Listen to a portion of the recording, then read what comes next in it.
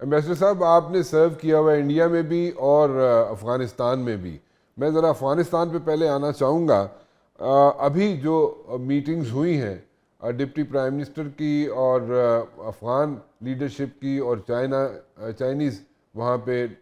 Leadership भी मौजूद थी, इन तीनों का ट्रायका जो है वहाँ पे मिला। आपके ख़्याल में in the days to come जो सरजमीन यूज़ होती थी अफ़गानिस्तान की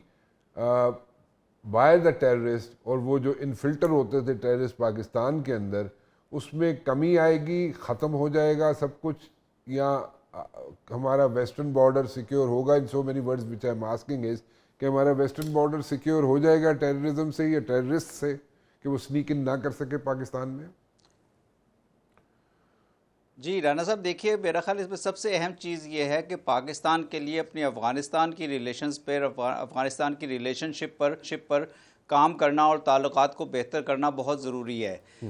ये चूँकि अभी जो रीसेंट इवेंट्स हुए हमारे, जो इंडिया के साथ मिलिट्री क्लैश हुआ और उसके बाद जो डिप्लोमेटिक ऑफेंसिव्स दोनों साइड से हुआ है और जारी है, उसके बाद मेरा ख्याल ये बहुत ज़्यादा ज़रूरी हो गया और पाकिस्तान के लिए बहुत अहम हो गया है कि पाकिस्तान अपने वेस्टर्न नेबर जो है अफ़गानिस्तान, उसके साथ अपनी एंगेजमेंट में इजाफा करे, क्योंकि कहीं ना कहीं हमने देखा है माजी में भी ये एक लिंकेज जो है अफ़गानिस्तान और इंडिया की रिलेशनशिप का, ये पाकिस्तान के लिए नुकसानदेह साबित होता है और हमने बसा औकात इसको देखा है। और इस वक्त जो आपने जिन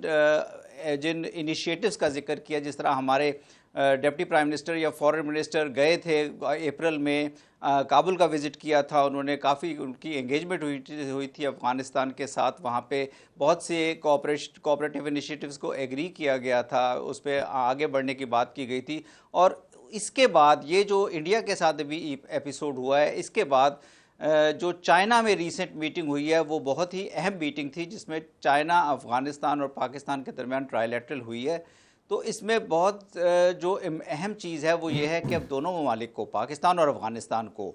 पाकिस्तान सिक्योरिटी इश्यूज़ पे काम करना है। सिक्योरिटी इश्यूज़ पे पाकिस्तान के जो कंसर्न्स हैं वो पाकिस्तान को एक बाकायदा एक फ्रेमवर्क इवॉल्व करना है, एक मैकेनिज़्म इवॉल्व करना है अफ़गानिस्तान के साथ, कि टीटीपी का जो मसला है ये बहुत अरसे से लिंगर ऑन करता आ रहा है पाकिस्तान के लिए, बहुत नुकसानदेह साबित हो रहा है। इस पर किस तरह वो काबू पाने में मदद करते हैं, लेकिन साथ ही पाकिस्तान को भी एक थोड़ा सा इंसेंटिव्स देने पड़ेंगे अफ़गानिस्तान को इकोनॉमिक इंटरेक्शन इंक्रीज़ करने के लिए, और पीपल टू पीपल जो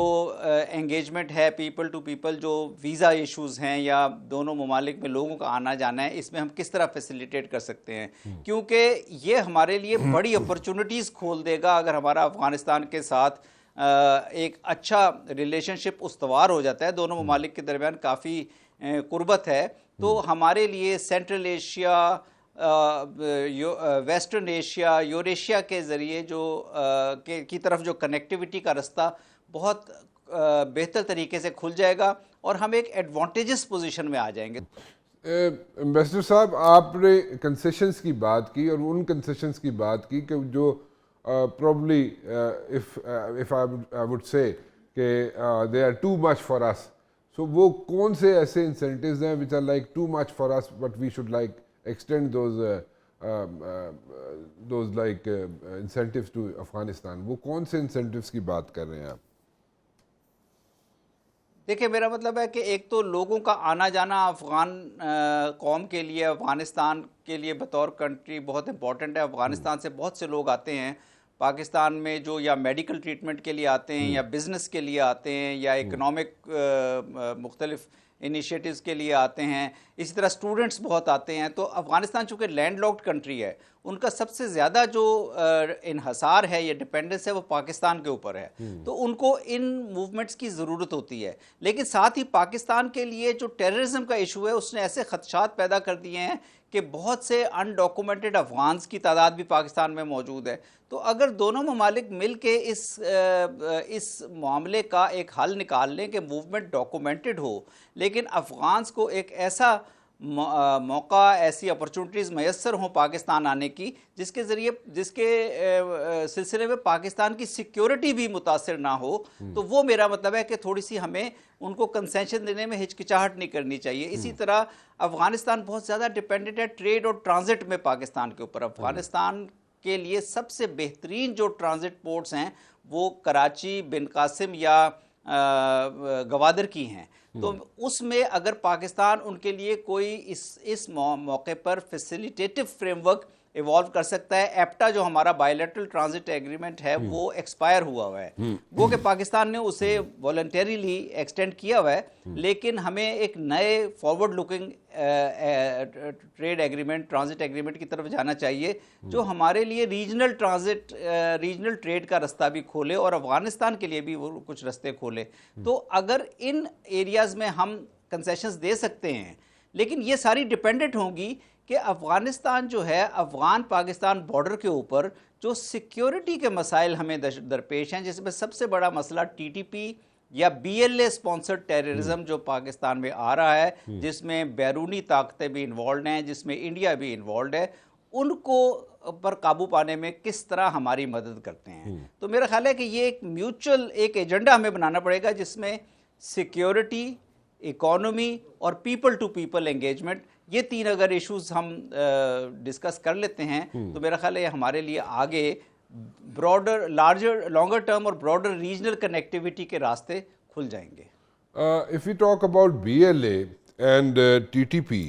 और इसका जो टेररिज्म है और इनका जो नेक्सस है, इसके टेररिज्म की हम बात करें तो they are funded and they are mostly, बल्कि majority of the times they are funded by the Indians, और उसमें इंडियन बजट में भी इजाफा कर दिया गया है ताकि वो टेररिज्म जो है वेस्टर्न बॉर्डर से हमारे अंदर इनफिल्टर कर सके। This is after the clash, ये जो हमारा 4 दिन का जो हम लोग क्लैश हुआ है बिटवीन इंडिया एंड पाकिस्तान, उसके बाद बजट इंक्रीज़ कर दिया इंडिया ने ताकि टेररिज्म मज़ीद फैले पाकिस्तान के अंदर, उसमें पैसा ज़्यादा पंप इन कर दिया। नाउ माई क्वेश्चन इज़ कि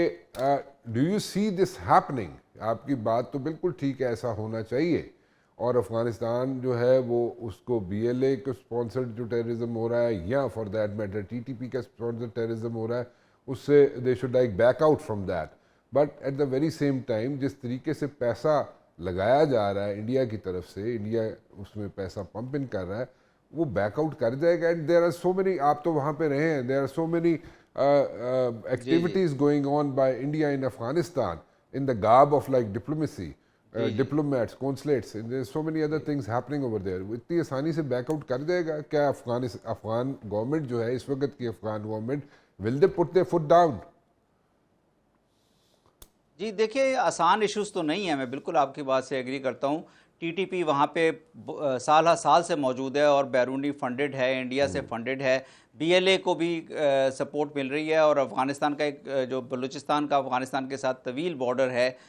उसके थ्रू इन्फिल्ट्रेशन होती है। और जब 2022 में मैं वहाँ पे एम्बेसडर था, ये तालिबान के टेक ओवर के बाद की बात है, तो तालिबान की ऑफ़र पर हमने हमारे सिक्योरिटी ऑफिसर्स ने टीटीपी से वहाँ डायलॉग भी किया था। तो ये इस बात का सबूत है कि टीटीपी के कमांडर्स और लीडर्स अफ़गानिस्तान में मौजूद हैं, तो इस बात से तो कोई इनकार नहीं है। लेकिन ये जो अभी और पाकिस्तान में इन दोनों ग्रुप्स ने, बीएलए हो या टीटीपी हो, बेइंतहा टेररिज्म में भी इजाफा किया है गुज़िश्ता महीनों और सालों में। लेकिन ये जो अभी पाकिस्तान इंडिया के क्लैशेस हुए हैं, पाकिस्तान इंडिया का जो मार्का हुआ है, इसके बाद एक नई हकीकत सामने ये आई है कि पाकिस्तान की स्ट्रेटेजिक पोजीशन रीजन में बहुत इम्प्रूव हुई है। अफ़गानिस्तान को भी अंदाज़ा हो गया है कि पाकिस्तान अब उस पोजीशन नहीं बल्कि एक बेहतर पोजीशन से या पोजीशन ऑफ स्ट्रेंथ से नेगोशिएट कर रहा है। और फिर चाइना का एंगेज होना, चाइना के इंटरेस्ट में भी ये है कि अफ़गानिस्तान के अंदर जो टेररिस्ट ग्रुप मौजूद हैं, चाहे वो टीटीपी हो या बीएलए हो या चाइनीज़ स्पेसिफिक जो group eastern Turkistan Islamic movement ETIM मौजूद है बदख्शां में, उसका भी कला कमा किस तरह किया जाए। तो मेरा ख्याल है कि अब अफ़गानिस्तान के लिए भी एक बड़ा मुश्किल डिसीजन ये है कि वो अपनी पुरानी रविश पे रहता है कि इंडिया के को अलाउ करता रहे कि वो यहाँ पे टेररिज्म के ऊपर फंडिंग करते रहें, या वो पाकिस्तान और चीन के साथ मिलकर एक ऐसे रीजनल अप्रोच की तरफ जाता है जिसमें टेररिस्ट ग्रुप्स के खिलाफ एक्शन लिए जाएं, कॉन्क्रीट एक्शंस लिए जाएं, और साथ ही तीनों ममालिक और बल्कि सेंट्रल एशिया के साथ मिलकर central Asia south Asia connectivity में इजाफा करें, सेंट्रल एशिया पाकिस्तान कनेक्टिविटी में इजाफा करें, जिसमें चाइना भी इंटरेस्टेड है। और मैं आपको यकीन से कह सकता हूं, मैं अभी गुज़िश्ता हफ्ते एक कॉन्फ्रेंस अटेंड कर रहा था रीजनल कनेक्टिविटी पे उज़्बेकिस्तान में। उज़्बेकिस्तान का जो बॉर्डर टाउन है अफगानिस्तान के साथ तरमेज़, उसमें तो वहाँ पे सेंट्रल एशियन कंट्रीज़ बहुत ही ज़्यादा सिंसियरली इंटरेस्टेड हैं, बहुत खलूस के साथ इंटरेस्टेड हैं कि वो पाकिस्तान के साथ एंगेज करें, और पाकिस्तान के साथ एंगेज करने के लिए ज़रूरी है कि अफ़गानिस्तान में अमन आए। तो मेरा ख्याल अफ़गानिस्तान की हुकूमत, अफ़गान तालिबान को भी अब अंदाज़ा हो जाना चाहिए, और मुझे लगता है जो गुज़िश्ता चंद दिनों में उन्होंने इक़दामात लिए हैं, आपने सुना होगा उनकी तरफ से, अमीर की तरफ से एक, उनके लीडर ने एक स्टेटमेंट दिया कि हमारे अमीर की तरफ से हिदायत है कि अफ़गान तालिबान अफ़गान सरहदों से बाहर किसी किस्म की एक्टिविटी में इन्वॉल्व ना हो। तो मैं तो इसको काफ़ी पॉजिटिवली देख रहा हूँ, काफ़ी ऑप्टिमिस्टिकली देख रहा हूँ। लेकिन ये बात आपकी सही है कि हमारे जो डिट्रैक्टर्स हैं, और ख़ास तौर पे इंडिया, वो कोई मौका ज़ाया नहीं जाने देगा अफ़गान सरज़मीन को इस्तेमाल करने की कोशिशों का भी। उसके लिए हमें, मेरा ख्याल है, अलर्ट रहने की ज़रूरत है।